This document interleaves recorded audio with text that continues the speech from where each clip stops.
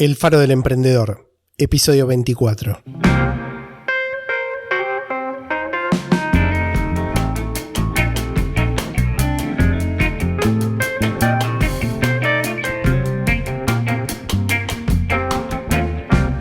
Hola, soy Juan Pablo Luporini.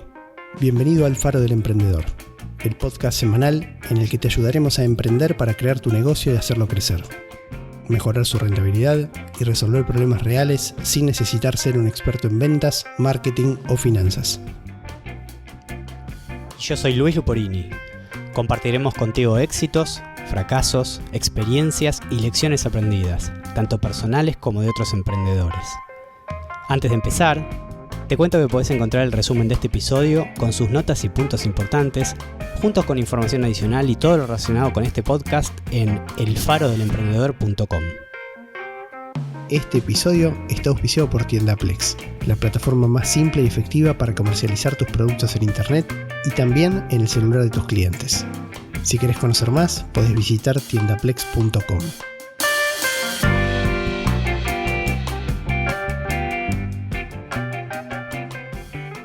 En el episodio de hoy vamos a retomar una serie de la cual ya vamos con este de hoy por la tercera entrega, que es la serie de perfiles.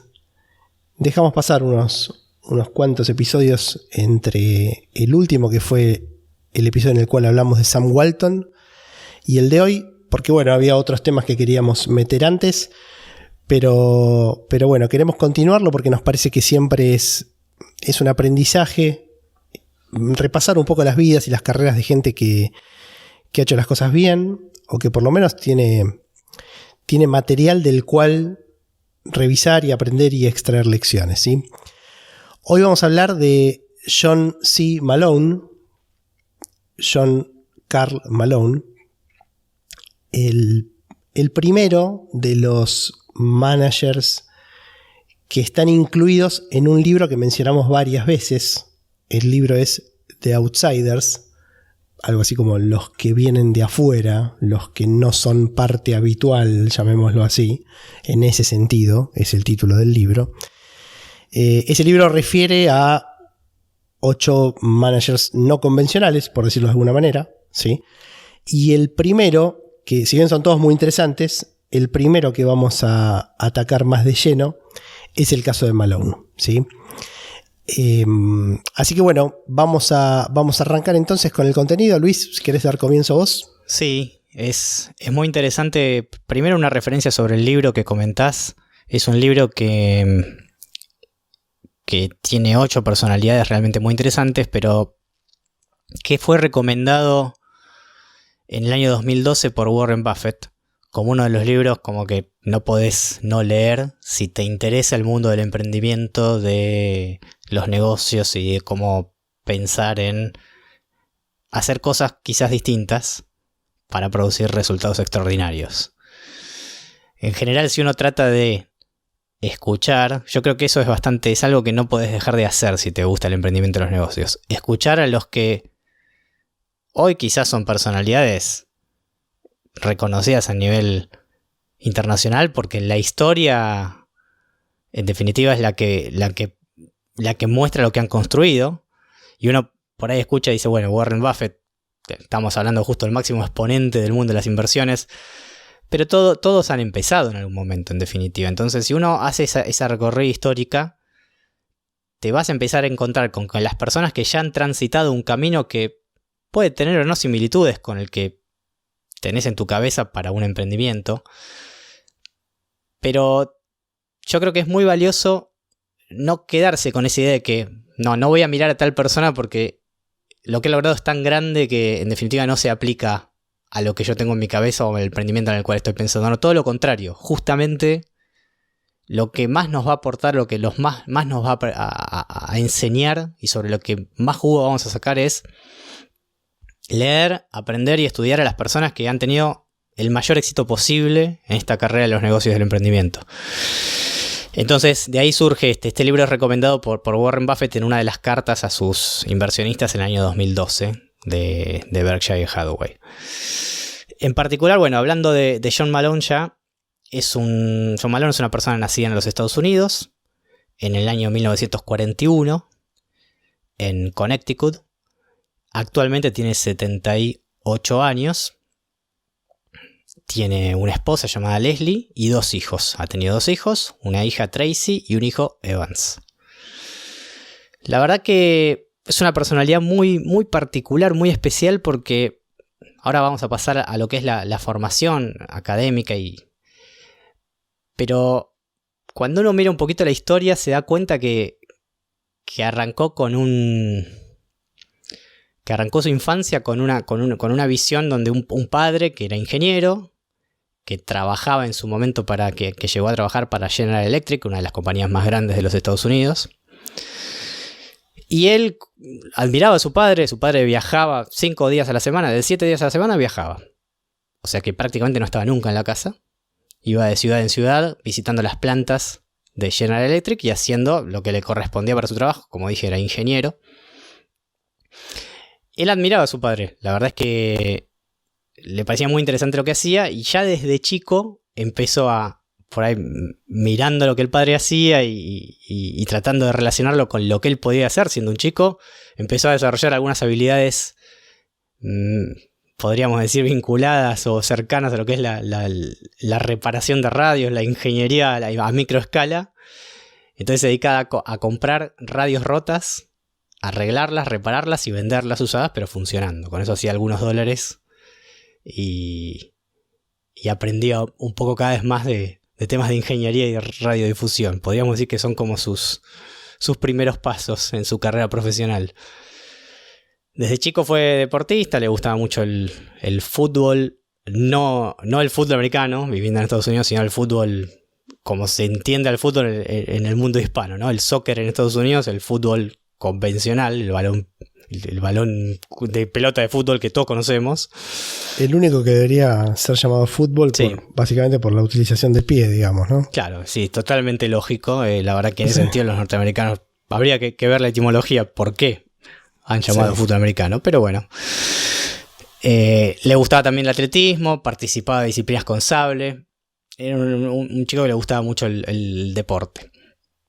Bueno, sigue creciendo en su carrera y ahí sí nos metemos con lo que tiene que ver con los estudios y su formación desde chico hasta que a los 18 años, ya en el año 1959, se gradúa en la escuela secundaria, en la ciudad donde él vivía, que era Connecticut.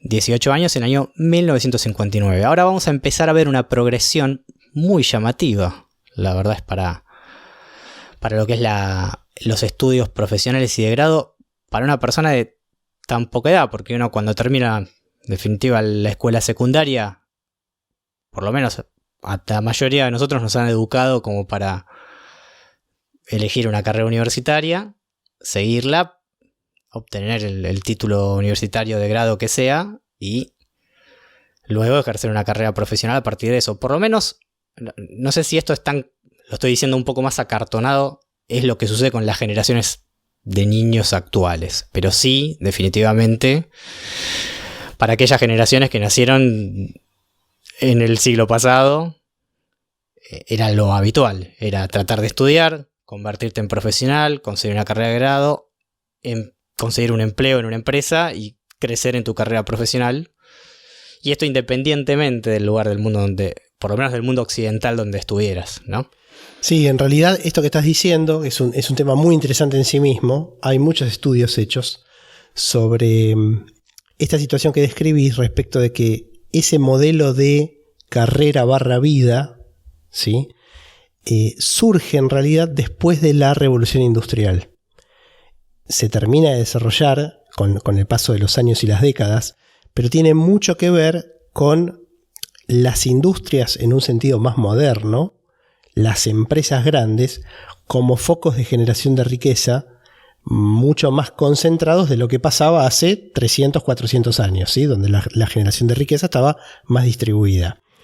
Este modelo que vos describiste recién, que tiene que ver con capacitarte y tratar de ingresar en una de esas empresas, busca justamente, como se suele decir, ir a buscar el dinero en donde está, ¿sí? O sea, que vos pudieras, a través de tu formación, empezar en los escalafones bajos de alguna de las empresas. Después por eso se empieza a hablar de planes de carrera, etcétera, ¿sí? Y que vos puedas crecer por tus propios medios y dentro de la empresa y sumarte un poco a esa estructura de generación de riqueza. El mundo cambia tan rápidamente que en los últimos años, de nuevo, pocas décadas, digámoslo así, estamos ante una nueva revolución y empiezan a aparecer modelos diferentes. Y este modelo, llamémoslo de desarrollo corporativo, bueno, empieza a presentar algunos huecos o algunos puntos donde se necesita cierta flexibilización, a pesar de que en otros casos sigue siendo absolutamente válido, ¿no? Sí, es muy interesante cómo ese paradigma social de lo que es el camino más clásico o el estándar de facto quizás para conseguir la riqueza a nivel personal se va alterando con el correr de las disrupciones tecnológicas. Hablaste de la revolución industrial, después podemos decir del advenimiento de Internet, después podemos ir más adelante hacia los modelos de generación de contenidos colaborativos, etcétera, ¿no? Y bueno, andás a ver dónde estaremos en 20, 30, 40 años. Pero claramente el proceso se acelera cada vez más. Sí, claramente. Bueno, entonces retomando el tema de la formación profesional de los estudios de Malone, dijimos que en el año 1959, teniendo 18 años, se gradúa de la escuela secundaria en Connecticut. Ahí arranca la formación universitaria. Y acá hay un primer aspecto muy llamativo. Comienza a estudiar ingeniería eléctrica y en Yale, y en paralelo estudia economía también en la misma universidad. Cosas que a priori no tienen ninguna vinculación. ¿Sí? Claro. Bueno, en el año 1963, o sea, 4 años después de empezar, se gradúa de ambas carreras. En 4 años, tenía 22 años, graduado de ambas carreras y además es premiado con una de las distinciones relacionadas con el estudio y la performance académica que se llama en Estados Unidos el National Merit. Es uno de los premios más distinguidos a lo que es el estudio universitario. El año siguiente, o sea, él no deja la formación académica ahí, sino que continúa formándose. Y un año después se gradúa en la Universidad de Johns Hopkins con un máster en gestión industrial. ¿Sí? O sea, ya a los 23 años no solamente tenía los 2 títulos de grado, sino que además ya tenía un máster. Impresionante. Sí. Continúa sus estudios. En el año 1965, un año después, obtiene un segundo máster en ingeniería eléctrica en la universidad, en los laboratorios Bell, en la Universidad de Nueva York. Y 2 años después de esto, en 1967, obtiene un doctorado en la Universidad de Johns Hopkins nuevamente, en investigación relacionada con las operaciones. Cuando hay operaciones, este punto es bastante importante porque después se va a ver cómo esto lo aplica en la carrera profesional. Tiene que ver con especializarse en cómo llevar adelante las operaciones de una empresa o un emprendimiento. Operaciones en el sentido de el día a día, de cómo se opera una compañía, un emprendimiento, una empresa, utilizando métodos basados en la matemática, en la estadística y en la optimización de la toma de decisión. Es decir, optimizar la toma de decisión basándose en indicadores numéricos y en proyecciones con cierto nivel de precisión y exactitud. Bueno, con toda esta formación da comienzo a su carrera profesional, que ahora vamos a ir recorriendo lo que él va logrando. Es interesante porque si bien recién yo comenté cómo se fue formando y obteniendo los diferentes títulos de grado a lo largo de estos años, desde el 59 que sale del secundario hasta el 67 donde obtiene el último doctorado, en el medio, en paralelo con sus estudios, ya comienza a tener, ya su carrera profesional estaba en curso, es decir, estaba asignado a tareas profesionales en diferentes lugares que ahora vamos a ir viendo. Lo cual lo hace aún más pondera más su capacidad para seguir los estudios y trabajar al mismo tiempo, ¿no? Te hago un comentario. La vez pasada cuando hablamos de Sam Walton, fuimos haciendo algunos paralelismos o algunos puntos de color respecto del otro perfil que habíamos tratado, el de Jack Welch.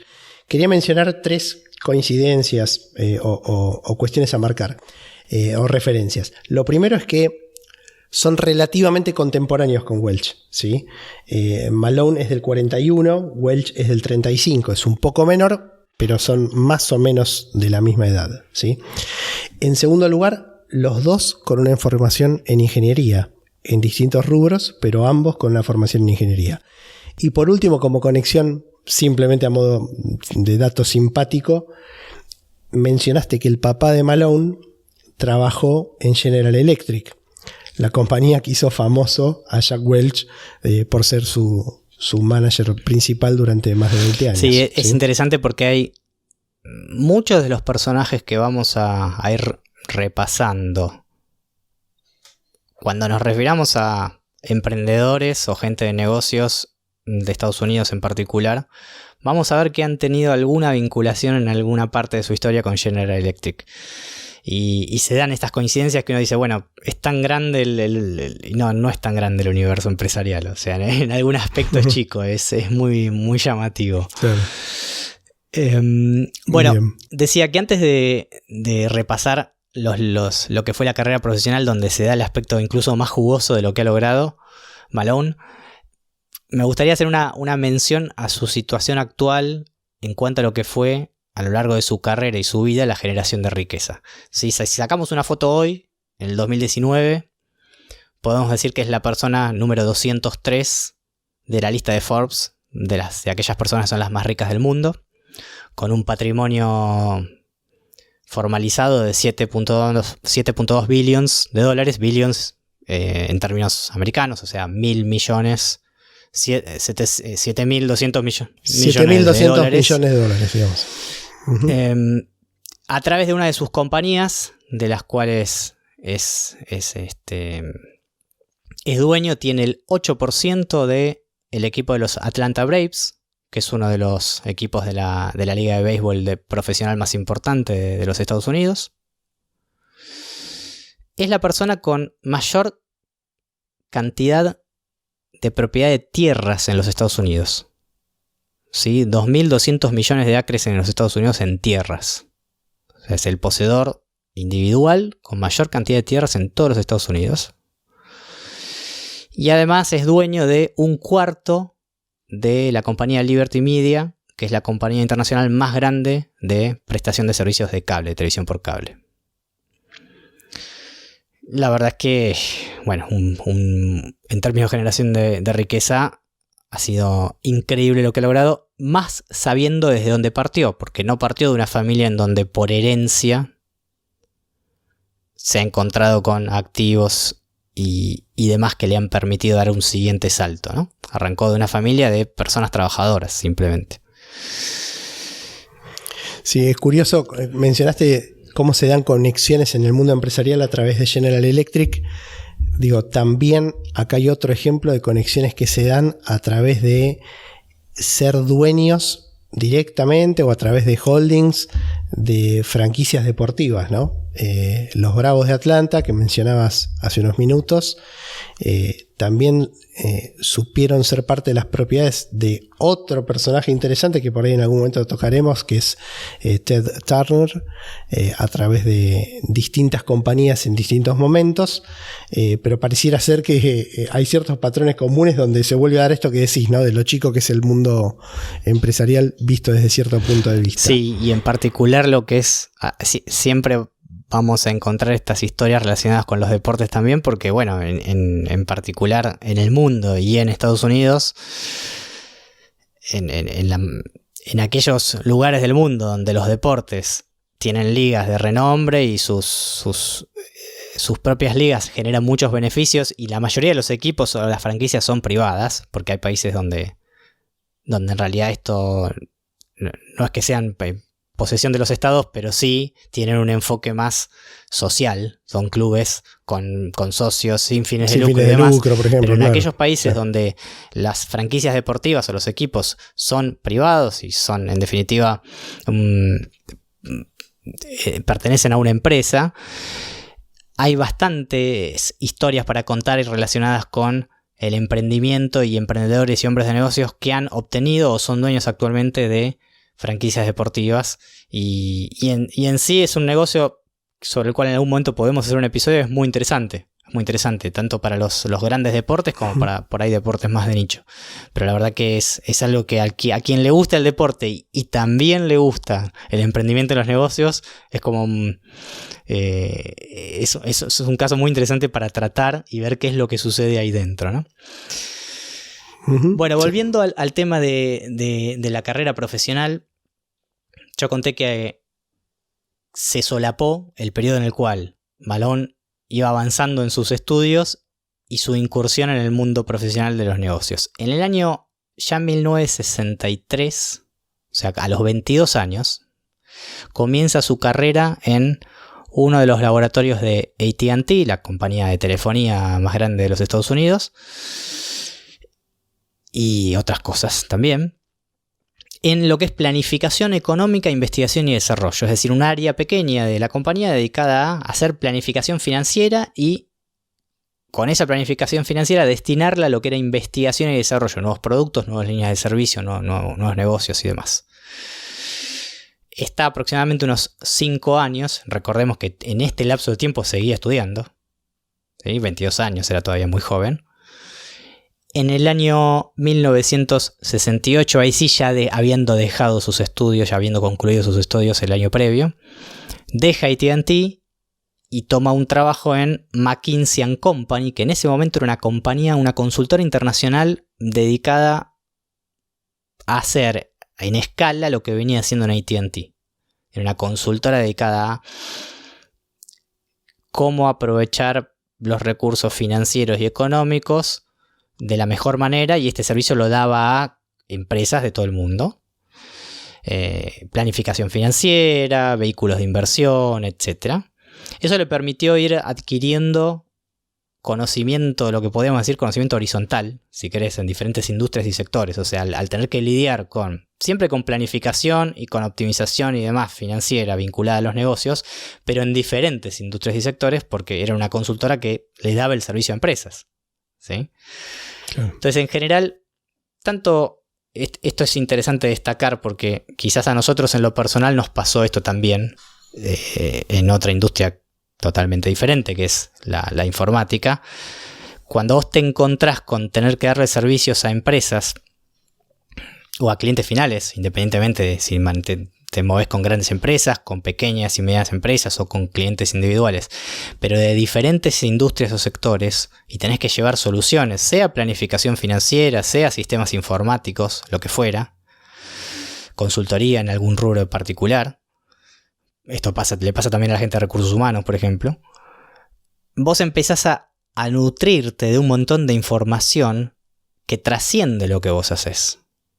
Y esa información es en el tiempo muy valiosa, porque te permite tener la cabeza abierta para entender qué es lo que le pasa a los demás en otras industrias que no tienen que ver con la tuya. Y esto fue lo que le pasó a Malone, decía que en nuestro caso personal también, porque hemos dado servicio a clientes de diferentes sectores e industrias y te vas dando cuenta y vas aprendiendo un montón de cosas que quizás si te enfocas solamente en lo tuyo, te lo perdés. Y ese conocimiento a la larga se va componiendo y te da una visión mucho más amplia de lo que es el mundo del emprendimiento y el mundo de los negocios. Así que eso lo recomiendo. Si lo podés hacer alguna vez, tratar de salir un poco de tu zona de confort y mirar qué es lo que pasa incluso aunque puedas dar servicio, mejor si podés dar servicio a gente que no tiene nada que ver con lo que vos haces. Y aprender de eso es muy valioso. Fue lo que le pasó a Malone, en este caso, en esta consultora. Llega por allí el año 1970 y a los 29 años tiene la posibilidad de que lo nombren vicepresidente, le ofrecen un trabajo de vicepresidente en una compañía que se llama General Instrument, nada que ver con General Electric, y era una compañía de cables, ¿sí? Tenía él no tenía ningún pasado en compañías de media, de medios gráficos, ni de televisión, ni nada, y por sus resultados académicos y por la experiencia que había adquirido en McKinsey y previamente en AT&T, le ofrecen ser vicepresidente de esta compañía, que era una compañía de televisión por cable. En ese momento era como el auge de las compañías de televisión por cable, porque estaban como creciendo muchísimo en los Estados Unidos.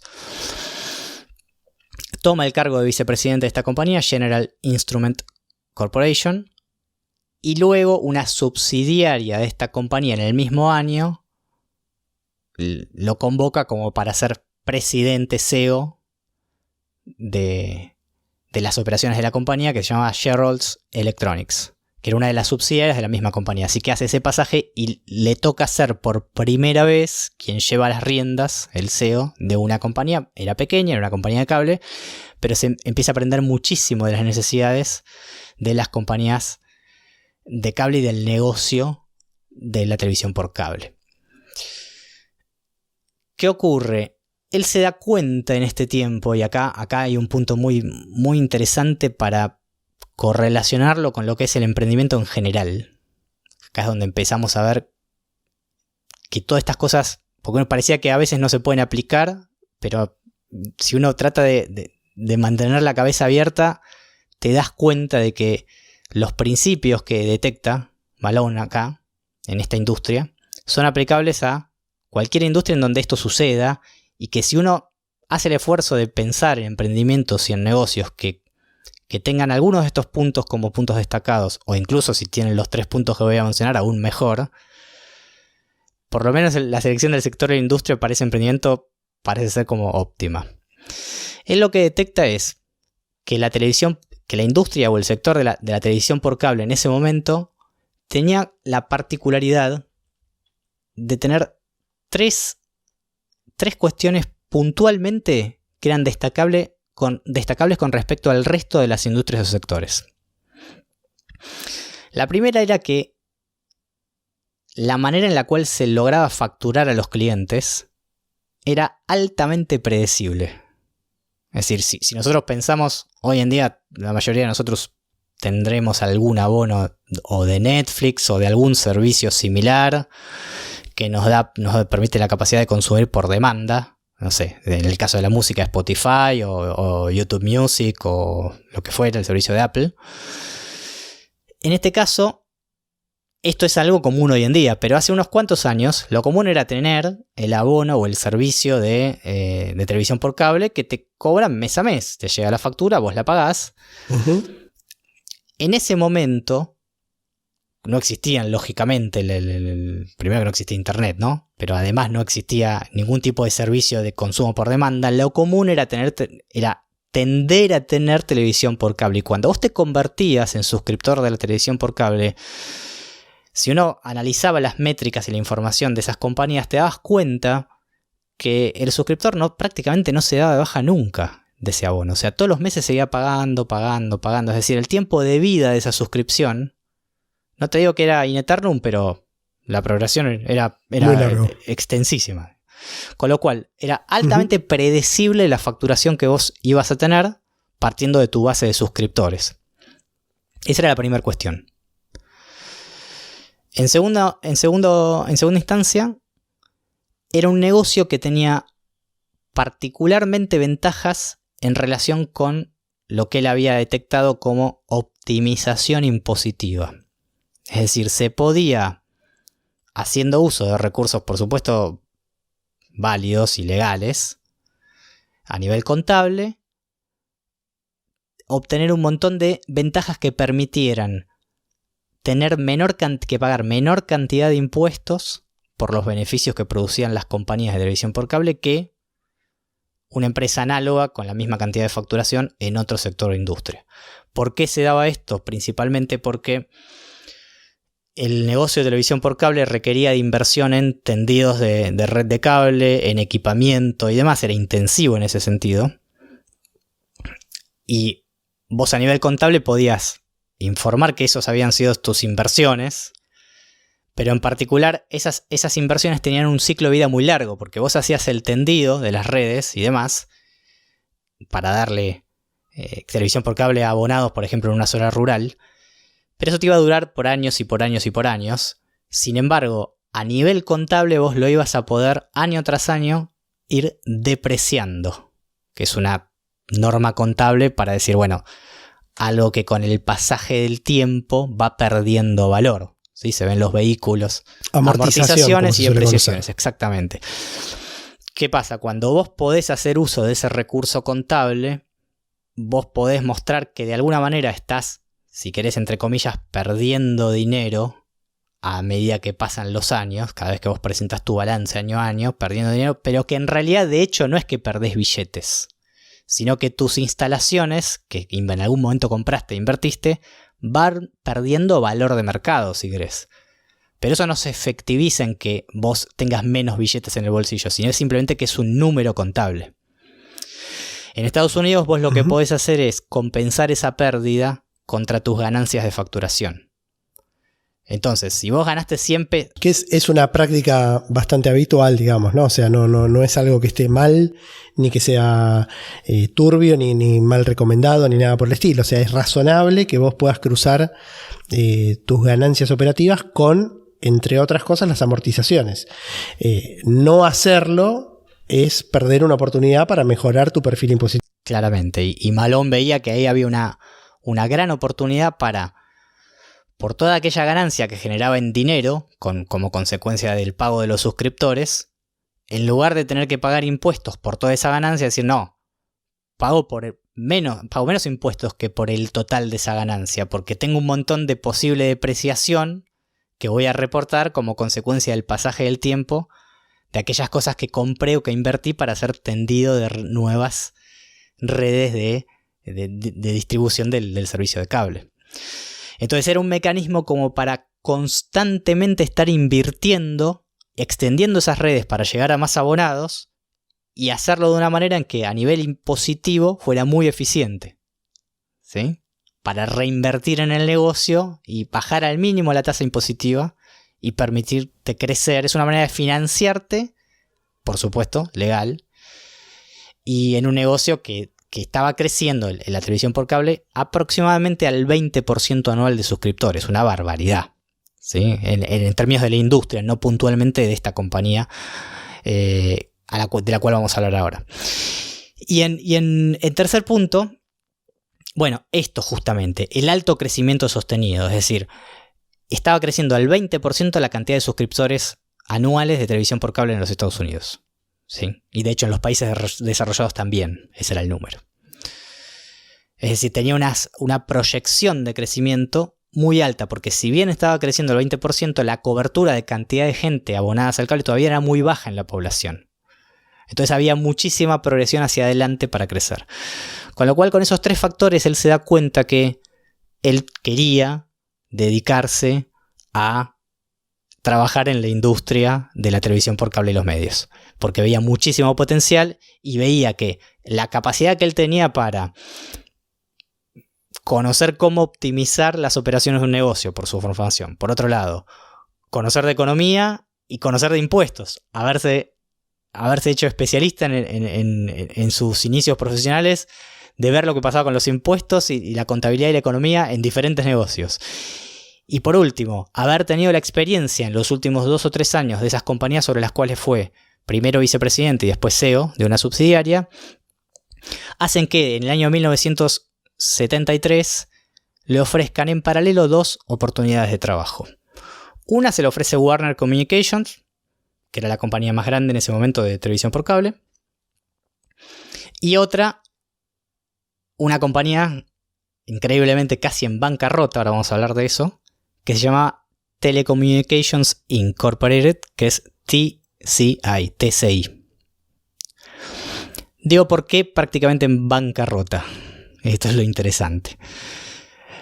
A raíz de lo que mencionábamos recién, de esto de las amortizaciones, de las depreciaciones y de las ventajas de a qué velocidad crecía la cantidad de suscriptores, entonces era muy tentador para los dueños de empresas de cable en ese momento, era muy tentador decir, bueno, yo me endeudo todo lo que puedo y crezco lo más rápido que puedo, porque es un mercado tan fértil y que crece tan rápido que tengo que poner toda la carne al asador para crecer y crecer y crecer.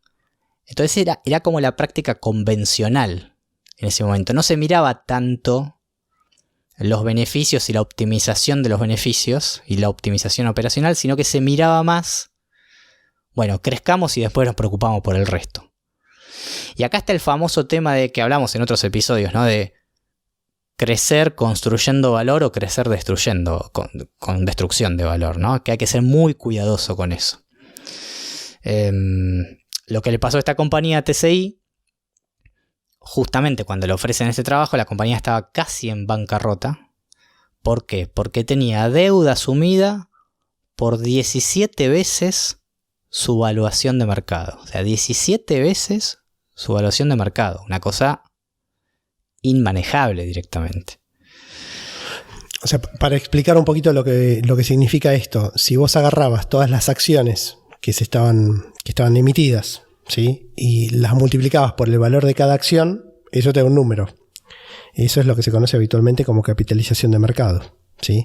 Si vos comparabas ese número con la deuda que tenía la empresa, te daba que la deuda 17 era... veces. 17 veces, dijiste. 17 veces el valor de mercado de la compañía. Sí, a ver, de nuevo, si lo trasladamos esto a un emprendimiento pequeño, donde uno, sin dudas, de hecho, en el episodio de hace 2 episodios hablamos de una de las preguntas de una de las personas que nos envió por Facebook, de la situación de eventualmente tomar deuda para crecer y que tenía la posibilidad de que le estaban ofreciendo financiamiento en su propia familia. No recuerdo si era su suegro. Y esta situación se da en los emprendimientos pequeños, se da en las empresas, en las pymes, se da en las grandes empresas y se da en las corporaciones. Es decir, el acceso en diferentes momentos del ciclo de vida de una empresa o de un emprendimiento a poder recurrir a financiar con deuda el crecimiento va a estar presente, o sea, va a suceder, va a ser una opción a tomar. Entonces, lo que en principio es importante tener en cuenta al momento de decidir si para crecer conviene o no tomar deuda, es tratar de proyectar cómo va a ser ese crecimiento y compararlo con cuánto nos cuesta tomar esa deuda y en cuánto tiempo la vamos a devolver. Uh-huh. Eso es lo que nos va a decir, y el ejercicio sobre el cual tenemos que trabajar, si tiene sentido crecer o no crecer, porque quizás puede parecer que siempre el objetivo tiene que ser crecer cuando tenés un emprendimiento, y la verdad es que no. Lo que pasa es que cuando arrancás de cero y no tenés nada, la única opción es crecer. Pero en algún momento, si te fue bien con tu plan original, que puede ser más tarde, más temprano, no interesa, vas a encontrarte con esta situación donde tu negocio está funcionando y vas a encontrarte con la situación de decir, ¿crezco más? ¿Me mantengo? ¿Optimizo lo que tengo? ¿Qué es lo que conviene? Entonces es lo que sucedió en este momento con las compañías de cable. Bueno, ahora te voy a dar el pie, te voy a decir, y entre las dos ofertas de trabajo, ¿cuál tomó? ¿La de la compañía que está en bancarrota casi? Me imagino que no. Bueno, justamente, creo que la respuesta normal hubiese sido esa. No solamente la empresa estaba en bancarrota, sino que el sueldo que le ofrecían era 60% menor al que le ofrecía la compañía que era Warner, que no estaba en bancarrota. ¿Sí? Con lo cual, creo que ya después de esas dos cuestiones es bastante obvio que debería haber tomado el trabajo de Warner. Bueno, no. Toma el trabajo de TCI, la compañía en bancarrota, con un sueldo 60% menor. ¿Por qué toma ese trabajo? Por dos cuestiones. Después vamos a ver que fue una buena decisión, no claramente. Por dos cuestiones. Primero, la cuestión de que en la compañía en bancarrota le ofrecían, además de su sueldo, una participación muy importante en las acciones de la compañía. Uno podría decir, bueno, la compañía estaba en bancarrota, ¿cuánto podrían valer las acciones? Bueno, dependerá de su capacidad en adelante para hacer las cosas bien. Entonces él pondera eso como algo muy relevante, de tener participación en el negocio más allá de su sueldo. En el caso de Warner no era que no se lo ofrecían, pero definitivamente no era el equivalente en representatividad de participación del negocio. Y por otro lado, un factor muy importante, la opinión de la esposa, Leslie, que le dice, bueno, si vas a trabajar en Warner, nos tenemos que mudar a Manhattan, al medio de la ciudad, una locura de gente. Y en cambio, si vas a trabajar en TCI, nos tendremos que mudar a Denver, una ciudad mucho más tranquila, donde no se vivía la locura de Manhattan y demás. Esos dos factores hacen que él tome la decisión de tomar el rol de CEO en TCI en el año 1973. Bueno, acá comienza. Ahora vamos a ir recorriendo algunos puntos que van a resumir qué es lo que sucede durante el lapso de 26 años, podemos decir, desde el 73 hasta fin del 98, comienzo del 99 aproximadamente, donde Malone se desempeña como CEO de TCI. Entonces vamos a ir tocando algunos de estos puntos y relacionándolos con cómo se vinculan o qué podemos extraer vinculados con el emprendimiento y qué podemos aprender y qué podemos sacar de eso. Pero lo que me interesa en este momento es resumir qué es lo que logra a nivel de generación de riqueza Malone desde el año, no personal, no personal de él, sino de generación de riqueza para la compañía, para la cual él era CEO, desde que toma en el año 1973 hasta que llegue el año fin del 98 y fin del 99, donde la compañía es vendida a AT&T. Lo cual es también paradigmático porque es una de las compañías donde él estuvo previamente durante sus épocas de estudio, ¿no? Bueno, en definitiva, lo que sucede desde que él toma, desde el año 73 hasta que la compañía se vende, es que logra un rendimiento anual compuesto de los resultados de la empresa de TCI de 30.3% durante el lapso de 26 años. Sí, para dimensionar lo que estamos diciendo, a ver, vamos a llevar a números.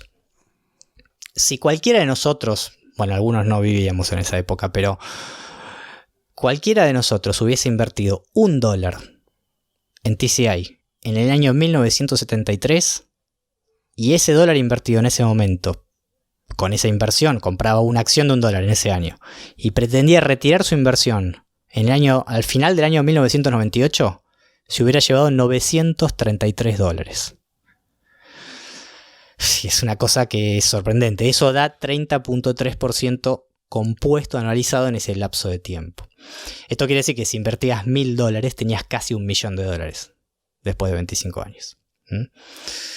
Para hacer una comparación de la exageración del rendimiento que logró Malone, si invertíamos ese mismo dólar en compañías del mismo sector, compañías de cable, si promediamos las compañías de mayor renombre en ese periodo de tiempo en el mismo sector, en los Estados Unidos, y lo manteníamos ese mismo dólar invertido en el mismo lapso de tiempo, al final del ejercicio del periodo, en el año 98, hubiéramos obtenido de rendimiento $148. Es decir, es un montón también, ¿sí? Es una barbaridad. Es un rendimiento anual de 20.4% compuesto, pero está muy lejos de lo que consiguió Malone.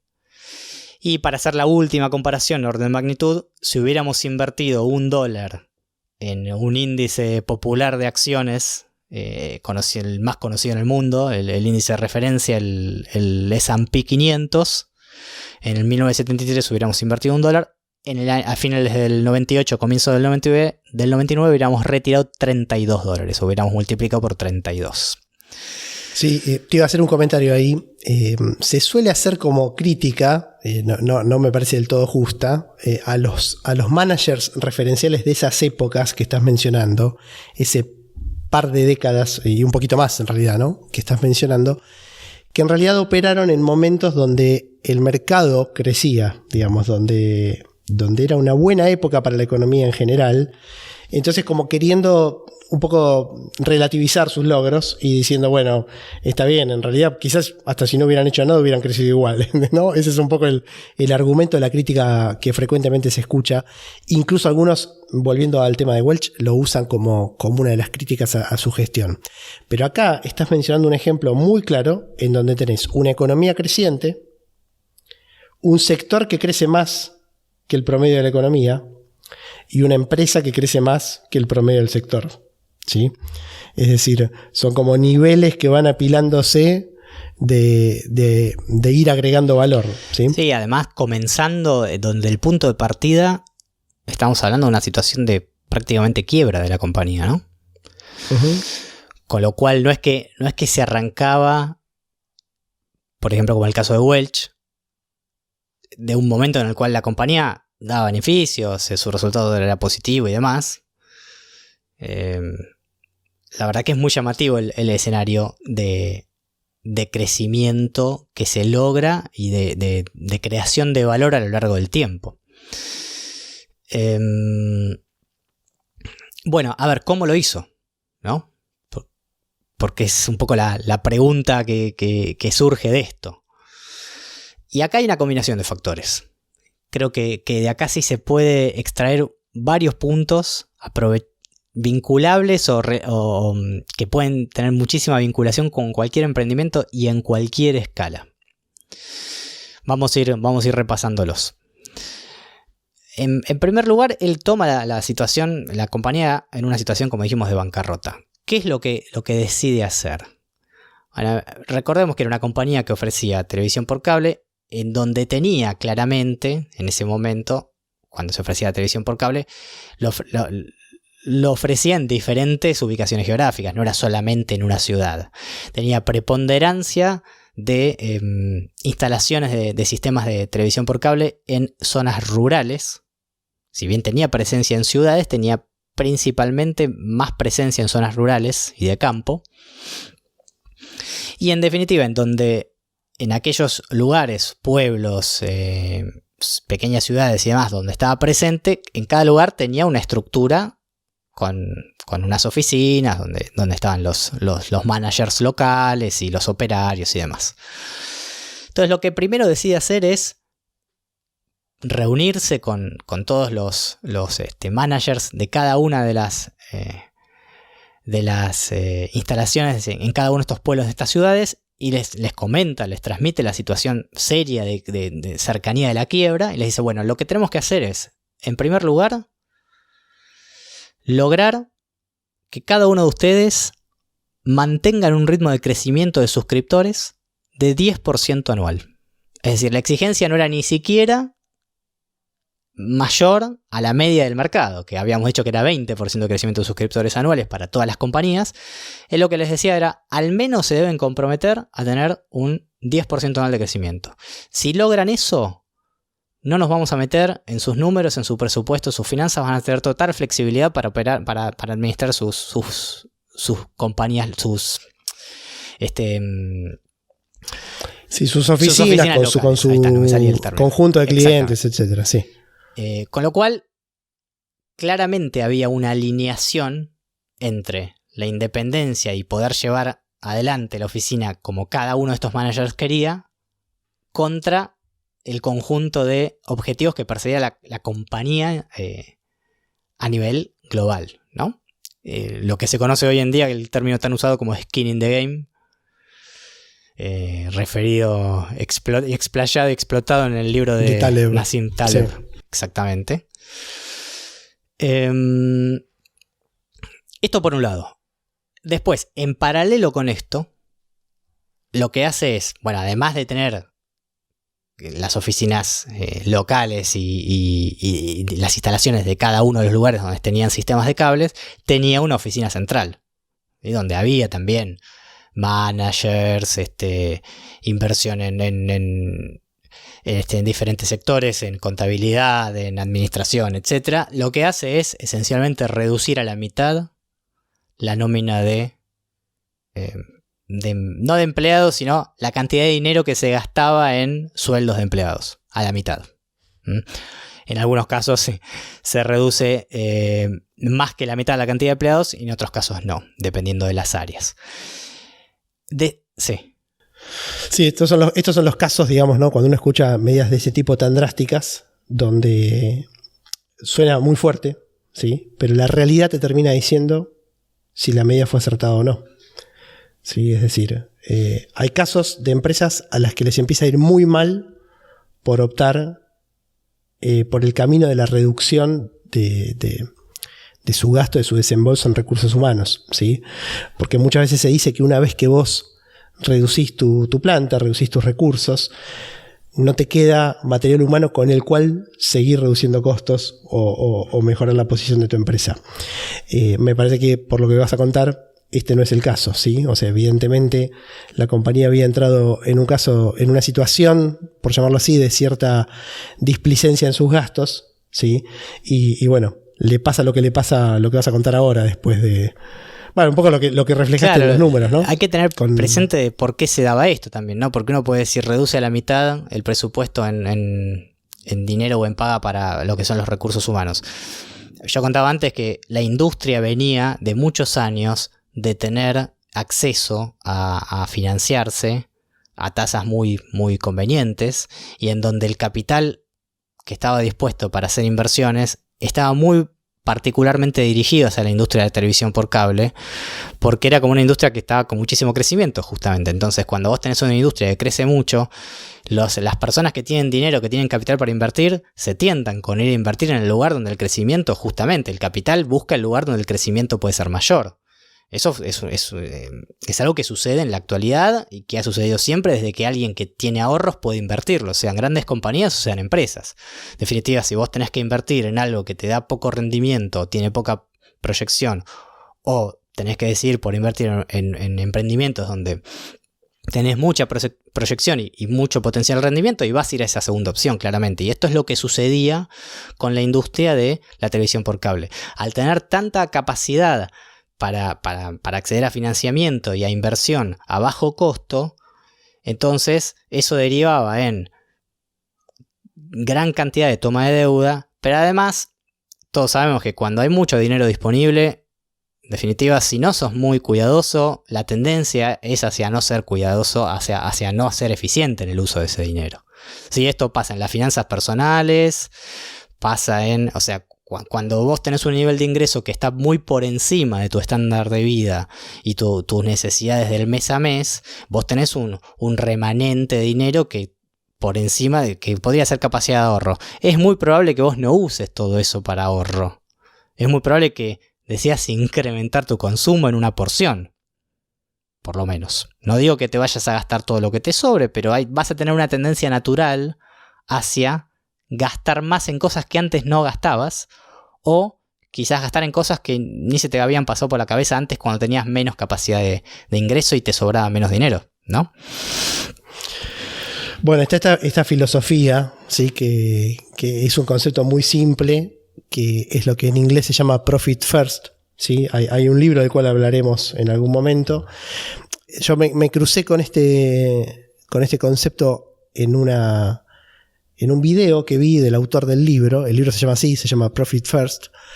El señor se llama Mike Michalowicz, ¿sí? El concepto es muy simple, es tan simple que parece algo trivial, como que no daría para escribir un libro.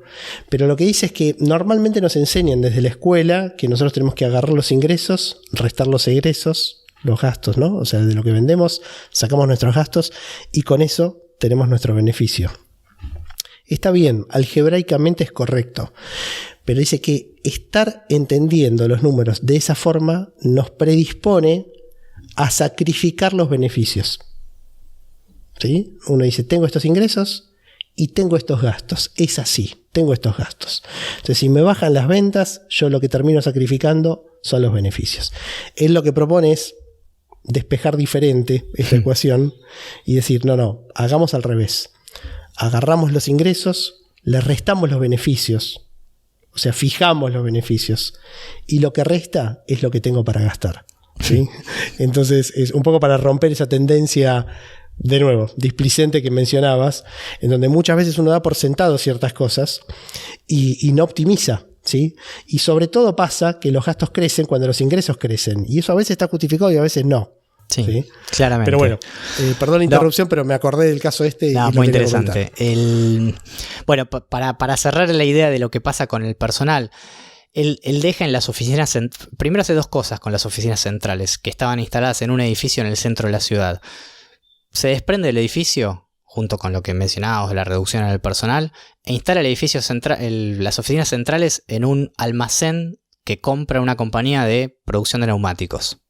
O sea, estamos hablando de un edificio muy lindo, muy elegante, pasa a un almacén, un warehouse, como lo dicen los norteamericanos, donde instala escritorios de fórmica que cumplían la función, eran bastante económicos y alberga a la gente que había continuado en la nómina de la empresa, ¿sí? Se queda con una única secretaria en las oficinas centrales y pone para atención telefónica un equipo automatizado de atención, un IVR, simplemente que atendía la llamada de quien llamara y eran revisadas por la única secretaria en secuencia, básicamente. Entonces era una persona muy, muy enfocada en qué hacer con los pocos recursos disponibles para salir de esa situación de bancarrota en un plazo aceptable. A partir de eso empieza también a tomar la decisión de hacer una revisión de todas las instalaciones que tenía la compañía en los diferentes lugares donde operaba. Empieza a vender equipo que se había comprado con anticipación para crecimiento futuro, es decir, que no estaba sirviendo para abastecer a los suscriptores actuales o a los suscriptores que iban a adquirirse como consecuencia de este crecimiento esperado de 10% en suscriptores anuales. Se desprende de ese equipo, lo vende y a partir de ahí lo que empieza a pasar en los siguientes 2 años es que la compañía empieza a otorgar beneficios por encima de sus compromisos de deuda asumidos. Es decir, empieza a poder pagar con el resultado de las operaciones año tras año los intereses y el capital de la deuda que tenía. Como que empieza a generar un poquito de aire para poder trabajar sin verse aquejado, entonces empieza a salir de esa situación de bancarrota. Pasan los primeros 2 a 3 años, como seguía creciendo en suscriptores, pero la inversión que tenía que hacer era prácticamente nula, porque era extender las zonas el cableado de las zonas donde estaba operando. Entonces cada vez más, y como no tomaba deuda, porque ya la tenía asumida, entonces cada vez más el peso de esa deuda se iba achicando y los beneficios iban creciendo. Con lo cual logra, luego de unos pocos años, ponerse en una situación en donde la misma operación de la compañía es lo que hablábamos la vez pasada con el flujo de caja, iba a permitir contar con disponibilidad de dinero por encima de lo que era necesario para seguir operando y que quedaba libre, era de libre disponibilidad. Pagaba la deuda, podía seguir operando, pero además generaba en exceso beneficios año tras año. Con eso lo que empezó a hacer es una política de tratar de comprar pequeñas compañías de cable en lugares donde él todavía no estuviese operando con TCI. ¿Pero cuáles elegía? Elegía solo aquellas que estuvieran valuadas o que por lo menos él consideraba que estuvieran, si queremos llamarle, baratas. Es decir, para aquella cantidad de suscriptores que tenían, él consideraba que el precio que pretendía pagarle a la persona que era dueña o a las personas que eran dueñas de esa empresa era lo suficientemente bueno como para que si esa empresa formaba parte de TCI, iba a generar beneficios por encima de el promedio de valor de mercado de compañías de cable. Además se da una realidad que el negocio de las compañías de cable tiene un costo muy elevado, que es lo que se llama el costo que vos pagás a los programadores. ¿Quiénes son los programadores? Son aquellos que te dan el contenido. HBO, ESPN, ABC, Fox, ¿sí? Todos quienes producen el contenido, las compañías de cable les pagan un fee, habitualmente un costo, que generalmente se vincula por cantidad de suscriptores. Es decir, vos tenés una compañía de cable y tenés 500.000 suscriptores, arreglás con ESPN que el costo por suscriptor que vos le pagás a ESPN es $10, no sé. No importa cuál sea el número. Ahora, ahí hay una economía de escala muy clara. Cuando vos tenés más suscriptores, tu costo por suscripción va a bajar porque vos tenés mejores posiciones para negociar con esos productores de contenidos. Les vas a pagar más, pero vas a poder luchar y pelear, defender que te mejoren el precio por suscriptor. Y eso era lo que él terminaba haciendo. Al agarrar compañías chiquititas que estaban pagando costos más elevados a los programadores por suscriptor e integrarlas en TCI, en definitiva aprovechaba su economía de escala. TCI tenía muchos más suscriptores y tenías los acuerdos ya establecidos con estos programadores. Entonces bajaba los costos operativos de esas compañías desde el punto de vista de pagarle a los programadores. Las hacía aún más eficientes, ¿sí? Y por último les integraba la metodología de trabajo que ya implementaban los managers en las diferentes oficinas de TCI que eran distribuidos, con su flexibilidad para trabajar, con su manera de, con su cultura empresaria de TCI y demás, con lo cual también las hacía más eficientes a nivel operacional a las compañías que adquiría. Esa mecánica de adquisición de compañías se fue potenciando a lo largo de los años. Cada vez más iba adquiriendo más y más y más y más. Llegó a adquirir como, creo que por encima de 400 compañías de cable. Sí, un monstruo. Se convirtió TCI en el prestador de cable más grande de los Estados Unidos. Muy por encima de la sumatoria de adquisiciones de las compañías del mismo sector. O sea, si sumábamos todas las adquisiciones de las compañías que están en el mismo sector, no superaban a la cantidad de adquisiciones de TCI. Bueno, de acá, ¿qué podemos rescatar? Primero, un uso muy inteligente del flujo de fondos disponible. O sea, es decir, darse cuenta cuándo realmente vos tenés disponibilidad de dinero o no y qué podés hacer con eso. Después, ser muy cuidadoso cuando vas a comprar. Uno podría hacer un paralelismo y decir, por ejemplo, tengo una pizzería, que hablamos tantas veces hablamos del ejemplo de la pizzería, y si me va muy bien con esa pizzería y genero muchos beneficios, ¿me conviene adquirir otra o poner otra pizzería en el barrio contiguo? ¿Sí o no? Bueno, este tipo de paralelismo es totalmente análogo a lo que pasaba acá. ¿Cuándo me conviene comprar la pizzería del otro barrio y cuándo no? Y depende del precio, depende de los beneficios.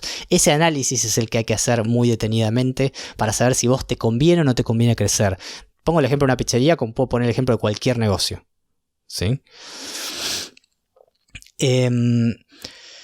Después, a ver, nuevamente, el uso de la deuda. También tenés que ser inteligente y entender que no es que nosotros estamos demonizando la deuda, por el contrario. Diciendo, hay que usar la capacidad de financiarse adecuadamente. Cuando la tasa a la cual te vas a financiar es menor a la tasa que vos vas a conseguir de rendimiento para la inversión que vas a hacer con ese dinero que te prestaron. ¿Sí? Y que claramente eso te va a permitir un repago de esa deuda en el tiempo. No como el caso de TCI cuando estaba en bancarrota. Por último, economía de escala. ¿Sí? Economía de escala es decir, aprovechar la optimización de costos que vos ya tenés. Por ejemplo, en el caso de la pizzería, vos tenés un arreglo con tu proveedor de mozzarella o un arreglo con tu proveedor de harina para la masa. Si vos comprás la pizzería que está en el barrio contiguo, le vas a comprar más a ese proveedor. Pedile mejores precios, porque vas a comprar más. Entonces, esa es tu economía de escala. Es un ejemplo. Y por último, bueno, acá es un caso más puntual ya de cuando estás en el tema de decidir qué hacer con ese dinero que te sobra. Y hay momentos, hay situaciones en el mercado del emprendimiento, de los negocios, en donde vos, y de hecho esto pasa, en muchas oportunidades ha pasado y sigue pasando en determinadas industrias o sectores o empresas, en donde vos te ves con ese dinero disponible y la verdad es que no encontrás una mejor manera de invertirlo. No sabes, no te conviene decir, no, la verdad no me conviene en este momento expandirme, porque si me expando la tasa de crecimiento que voy a tener es lo suficientemente baja como para que ese capital, comparado con el rendimiento de una inversión, no sé, financiera, por ejemplo. Entonces, ¿qué decide hacer Malone en esas situaciones que se sucedieron en diferentes pasajes de esos casi 26 años? En muchos casos dijo, no, la verdad no me conviene comprar o seguir adquiriendo empresas. Con este dinero que queda disponible de la operación de TCI, voy a recomprar mis propias acciones. Que es un mecanismo sobre el cual no nos vamos a adentrar ahora porque tiene más que ver con el mundo de la inversión. pero que era totalmente innovador para el momento y la situación en la cual se encontraban las compañías en esa franja, en ese calendario en la historia, digamos. Fue uno de los que introdujo ese concepto, uno de los principales exponentes que introdujo ese concepto como práctica habitual y después que ahora ya vemos en la actualidad en las grandes compañías. Bueno. Interesante, sí. Muy interesante.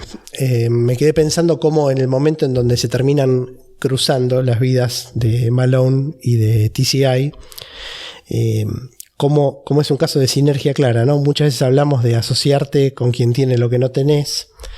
Digo, y en ese momento TCI no tenía mucho para ofrecerle, pero sí tenía para ofrecerle una parte del riesgo y una parte del negocio que Malone pudiera desarrollar, ¿sí?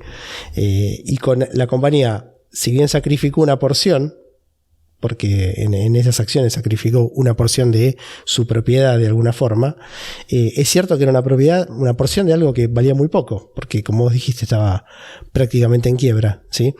Y como el hecho de tener el interés y de alguna manera compartir tanto los beneficios como el riesgo, bueno, en este caso salió muy bien y le sirvió a ambas partes para, una de las historias de éxito más llamativas de los últimos años. Sí, hago una última mención. Si te interesa profundizar en la biografía y la historia de John Malone, hay un libro, así como mencionamos que hay una excelente descripción en el libro The Outsiders, hay un libro puntualmente que habla de él, exclusivamente de la historia de él y de toda su biografía, que se llama The Cable Cowboy, que fue el apodo que se le puso en la industria.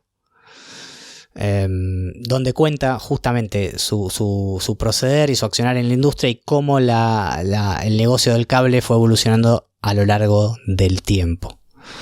Así que es un libro muy recomendable también. Bueno, fantástico. Me parece que con esto hemos repasado en profundidad la vida de John C. Malone. Vamos a llegar hasta acá. Te agradecemos por habernos acompañado. Esperamos que te haya gustado el episodio y que te pueda ayudar a emprender y hacer crecer tu negocio. Valoramos si nos dejas tus 5 estrellas en iTunes, tu me gusta en YouTube y en iVoox, o que nos sigas en Spotify. De ese modo nos ayudas a hacer crecer este podcast. Hasta la próxima. Te recordamos que podés encontrar el resumen de este episodio y todo el material relacionado con el emprendimiento y los negocios en nuestro blog, elfarodelemprendedor.com. Podés dejarnos tu consulta o comentario, tanto en el blog como en Twitter, Facebook o YouTube, y con gusto nos contactaremos contigo. Hasta la próxima semana.